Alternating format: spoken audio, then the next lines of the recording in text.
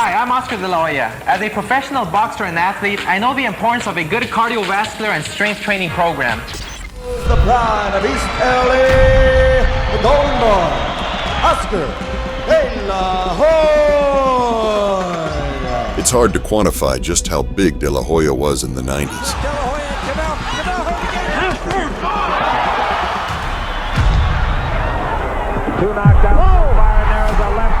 No one was bigger, and no one was more box office than the Golden Boy. But his popularity did come at a price. And that price was the respect and admiration of die-hard Mexican boxing fans. And there is Oscar De La Hoya, 19 years of age. California native, represented the red, white, and blue in the 1992 Olympics, going up against Germany's Marco Rudolph in the gold medal round. When my boy Oscar De La Hoya won the gold medal back in 1992 in Barcelona, he ended up winning convincingly.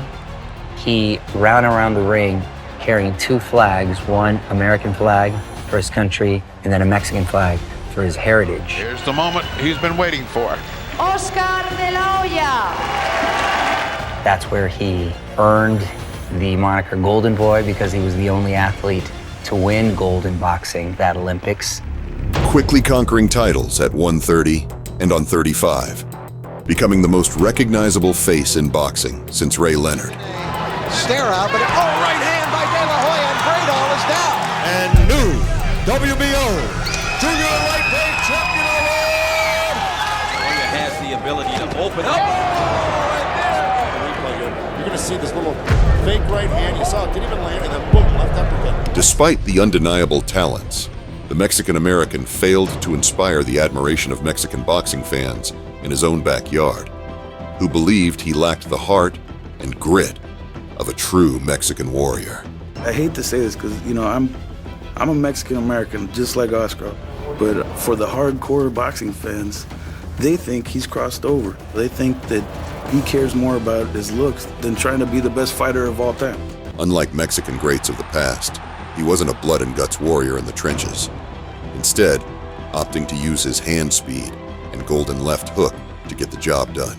He doesn't look like a boxer in the traditional Mexican-American mold, the guy who's scarred and beat up and bruised and looks like a warrior. Oscar prides himself on getting hit as little as possible. He was Mr. Clean, he was the Golden Boy, he never had any scars on his face, he was the guy on all the commercials and the billboards, and so he didn't look tough enough to be a fighter, and that was held against him. In an attempt to change this perception, Oscar opted to challenge arguably the greatest Mexican boxer of all time. Chavez had built up a tremendous reputation among Mexicans and Mexican Americans as being this great warrior.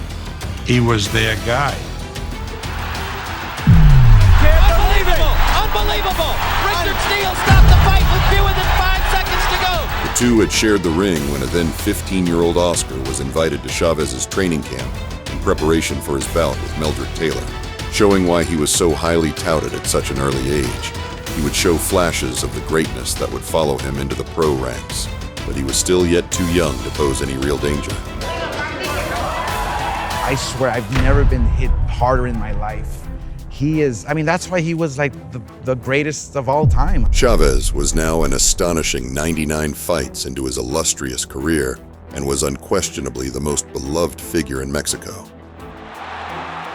In Oscar's mind, a win against the beloved warrior would surely symbolize a passing of the torch in the eyes of Mexican fans. So here you have this kid, good looking, nice smile, great fighter, coming up in the ranks and basically coming down to a showdown with this great Mexican champion, Julio Cesar Chavez.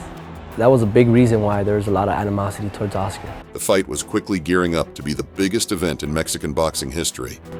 The new versus the old guard of the sport. It's a great honor to face such a legend in boxing, a man who has made history in boxing, and I feel when I step inside that ring with Chavez, of course I have great respect for the man outside the ring, but when it comes inside that squared circle, no respect whatsoever. And Caesar's Palace present 12 rounds of boxing for the WBC Super Lightweight championship of the world. At altitude in preparation for this is his jab at the same time that he's establishing his own. That's right. Already there is a cut alongside the left eye of Chavez. It came from the one right cross that De La Hoya landed, and now more blood as De La Hoya again lands with the right. And Chavez... The punches that opened the cut on the left eye of Chavez. And now Joe Cortez stops because he wants a doctor to take a look at the cut. That cut was open in training.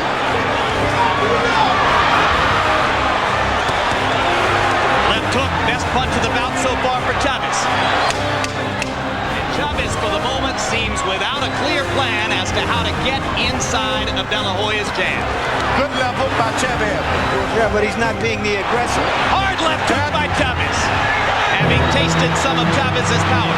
Good short left hook by De La Hoya. And he comes back with a right hand. And the blood bothering Julio as De La Hoya lands a vicious left hook. Now his nose is bleeding too. In your corner. Get out there and be yourself. Brutal left hook to the body by De La Hoya. Chavez's will seeming to be sapped now, as in the last minute of round 4, it's been all Oscar De La Hoya. De La Hoya goes back to the stomach. That's it. He's calling the fight. The fight is over. The sudden stoppage from cuts may have been an anticlimactic ending, but not unwarranted as Oscar handled Chavez for the short-lived 4 rounds. Lightweight champion of the world, the Golden Boy, Oscar De La Hoya. But the post-fight revelation that the cut had been more of a result from tissue scarring caused in training camp than anything else deflated what should have been Oscar's crowning moment. In the post-fight interviews, Chavez chose to belittle Oscar's win and his power. He was already hurt over his eyebrow from previously. And I really didn't want to postpone the fight because of it. But really, that Oscar De La Hoya has a big punch really doesn't. He really doesn't. I didn't even feel his punches. I just couldn't see because of the blood. Unsatisfied with the results, the two men ran it back, this time 2 years later, and with considerably more disdain for one another. An aging champion who wanted to show what he once was, and as well as a young champion wanting to take vengeance for a victory. What a concept. Oscar was looking for a decisive victory to shut down all the detractors once and for all. He says this is unfinished business. However, this time around, the aging warrior was looking to turn this fight into a true Mexican war, and Oscar would eagerly oblige. In recent days about whether Julio Cesar Chavez is legitimately conditioned for this fight. The danger zone is when he starts jumping and leaping around. He's got to be careful now, because once you close in, you better have your hands up. And as Chavez goes in, De La Hoya starts to land left hooks. 2 right hand landing. It's not about proving anything. Just go out there and win. They exchange punches. De La Hoya landed a thunderous right hand. That observation wrong. De La Hoya's got to start working on his left jab. Like to see 30. De La Hoya countering as Chavez comes in. In the 3rd round. That mistake, Oscar's got to understand that without his jab, lead right hand and a left hook by Chavez. Jab to the body twice and then comes back upstairs. Chavez extends a right hand and De La Hoya lands a left hook over it. Stops everything. Good left hook by Julio Cesar Chavez. Inch difference where Oscar's got no power. You got to stay within that 12 inch. De La Hoya going body and upstairs. Chavez coming right back. Oscar's blowing his nose a lot these days. That won't help that little cut on the side and make him swell. Good left hook up top by Chavez. De La Hoya willing to trade at close range. Hard left hook by De La Hoya. If Oscar's in contention or in condition to keep throwing the get to that body. Hard right hand by Chavez. Just got something in that bag. From De La Hoya, Chavez has been a target. So both fighters showing some effect. Steps over to Oscar's level. 4 times there. Richard Steele doing nothing.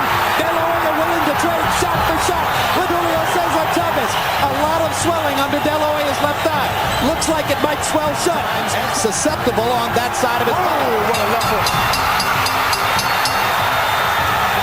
That's the meanest looking Oscar De La Hoya you've ever seen. The aging Chavez was taking too much abuse from the younger and bigger fighter.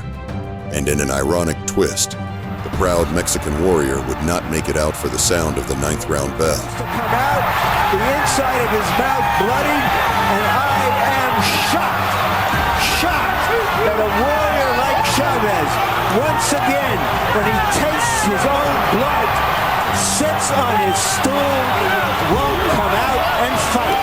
He said if he beats me this time, I will give him the respect he deserves. Let's see if he will. And it was now the legend's heart who was being questioned. It seemed to us that in this fight, De La Hoya made you quit in the corner. Bullshit! Okay? Bullshit! Él está diciendo, te está Yo no me rajé, no, tú tampoco, ¿no? ¿Okay? No, te está diciendo él. Suéltame la mano. He says that he did not quit.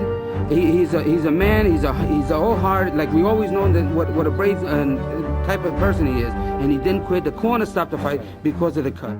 The irony being that despite never truly being accepted by Mexican fans, some of the greatest fights to grace the 90s into the late 2000s have the name De La Hoya attached to them. For the knockout in a classic pitch battle. Crowd on its feet. If he can make Fernando Vargas eat his words, if he can knock him out, and he does, Oscar De La Hoya has the most satisfying, the richest, the biggest, the most emotional win of his whole career. He's provided some of the sport's most captivating storylines and dramatic confrontations, which we'll dive into more in future episodes. Never ducking, fleeing, or turning away any fan-clambering fights for better or for worse, he is undeniably one of the greatest fighters of his generation. And it should be mentioned that includes being an all-time great Mexican fighter as well. Legendary fighter, all-time great Hall of Famer, Oscar De La Hoya. Come on, Mike. Yeah, let's go. Come on, let's hear it. Hey, what's up, man? 6th division. No, I just did what you were. I just did what you were. Yeah, that's true. That's true. Thank you, Mike.